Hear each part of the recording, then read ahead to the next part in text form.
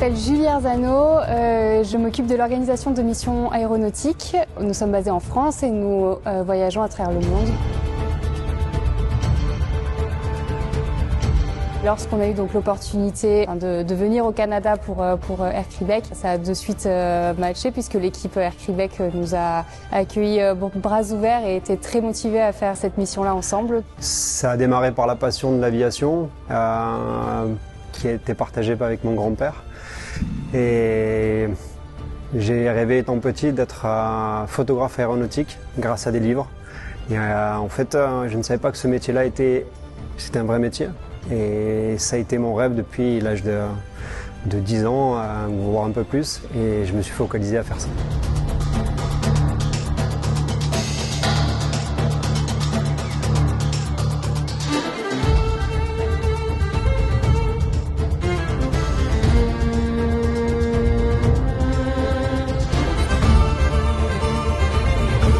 C'est vraiment c'est doux, tranquille, peut-être quelques breaks, tu vois, et on revient derrière toi, mais c'est très simple.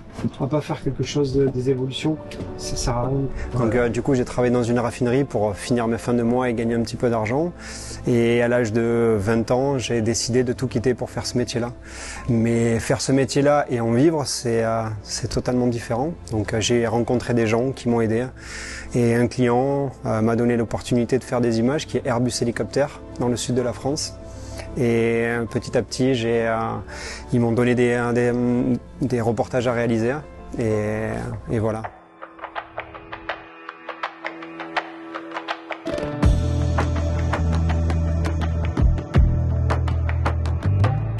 En fait, ce qui fait notre différence avec Julie et moi, c'est qu'on est une équipe. Bien heureusement, on s'entend très bien. Après, c'est vrai qu'on est sur deux parties du travail très différentes, donc on se partage vraiment les tâches. Anthony est plus sur le côté artistique, puisqu'il est dans la photo aéronautique depuis 15 ans. Et moi, je suis plus dans le côté relation client, structure et organisation de chaque mission.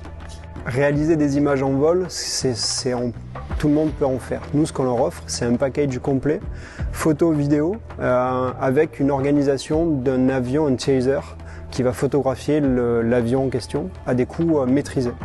Donc c'est toute une organisation en amont, on va dire que peut-être 80% de l'organisation en amont, c'est ce qui va nous dépenser un maximum d'énergie. La partie des 20% en vol, c'est la partie la plus, entre guillemets, simple, même si elle reste très complexe. Notre spécialité, donc, c'est d'organiser une mission vraiment de A à Z, autant avec l'industriel, qui est le client numéro 1, et l'opérateur. Le secret dans tout ça aussi, c'est bien évidemment la partie du briefing pour le air-to-air. Donc là, c'est vraiment le côté artistique où Anthony travaille du coup sur les positions exactes sur lesquelles on va venir travailler en air-to-air. So there are going to be today 2 flights. The first one is going to be a practice flight. So we will plan to go fly south for around an hour and a half or so. To do practice to accommodate for the formation, how it does, how it works. And then we're going to go back here, land, take a quick debrief.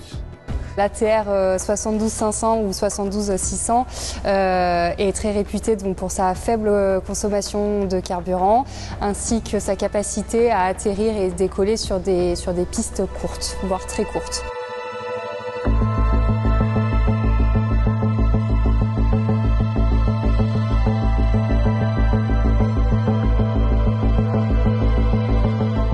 Ce qu'il faut comprendre initialement, c'est qu'il faut identifier les besoins. Donc nous, ce qu'on avait besoin, c'est un avion en remplacement. On avait besoin d'une facilité pour le chargement. On a regardé plusieurs options. Il y avait différentes options sur le marché. Et puis chez nous, à une discussion avec différents intervenants, l'option de l'ATR est venue sur la table. Donc cette option-là a été évaluée parmi tant d'autres. Et puis finalement, elle a fait son évolution au niveau des analyses, puis a été déterminé que définitivement, cet avion-là comblait la majorité de nos besoins.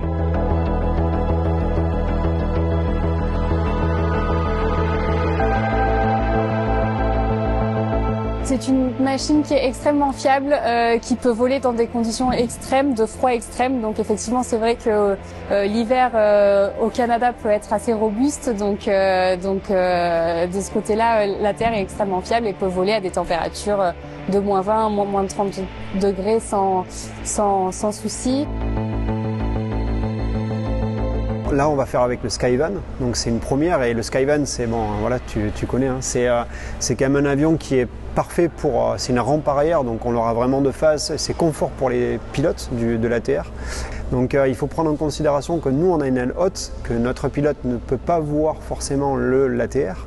Donc il faut être en lien radio avec tout le monde, assurer la sécurité, parce que faire des photos c'est cool, mais il faut rentrer aussi à la maison.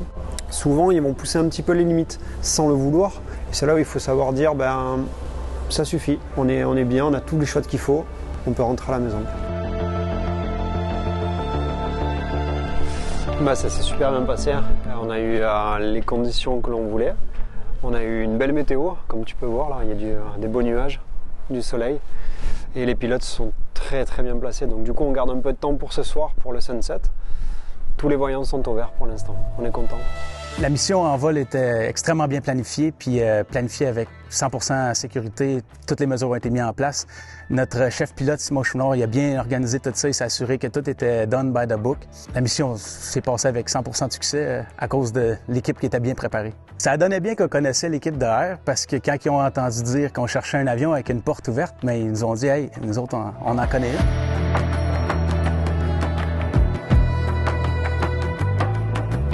C'est une superbe avion, c'est super cool là-dedans, puis c'était parfait pour qu'est-ce qu'on avait besoin de faire avec l'ATR. Après quelques recherches, je me suis rendu compte que du coup c'était, que Air Québec appartenait donc à 100% au CRI, donc qui est vraiment une compagnie canadienne autochtone à 100%. Et on a trouvé ça absolument génial parce que c'est le savoir-faire du pays, c'est le côté local et c'est ce qu'on adore faire lorsqu'on fait des reportages, c'est mettre en avant l'humain et mettre en avant du coup les gens locaux qui développent aussi leur propre économie. Depuis l'année passée, on a eu un gros changement. Je pense qu'on peut le voir derrière ma position présentement.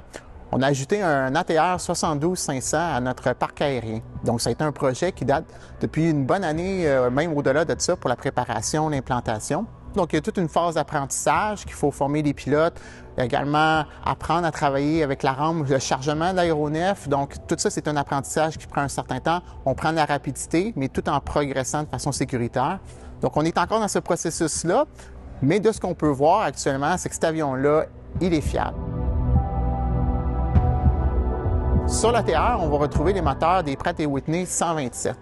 Donc, ces moteurs-là, plusieurs types de variantes au niveau d'évolution. Donc, cet aéronef-là, ici, que nous avons dans l'hangar, a été initialement, lorsque nous l'avons acheté, avait des Pratt & Whitney 127F, donc environ 2600 forces de moteur.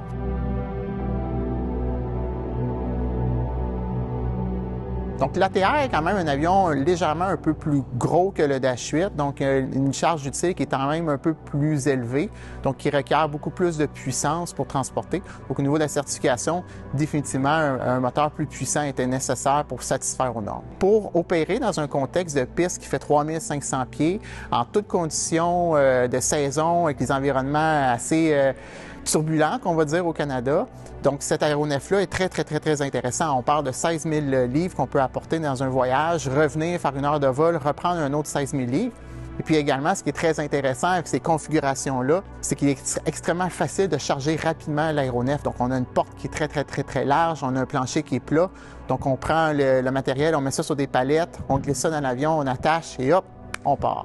Il n'y a pas une compagnie qui est meilleure qu'un autre. On est tous différents, on a toutes nos forces. Puis Air Québec, nous, notre force, c'est travailler dans la baie James, travailler dans un territoire qui est desservi par les CRI, principalement. Alors, on apprend à travailler avec ce nouveau membre de la famille depuis peu. Donc, pour nous, ça a été le gros événement chez Air Québec.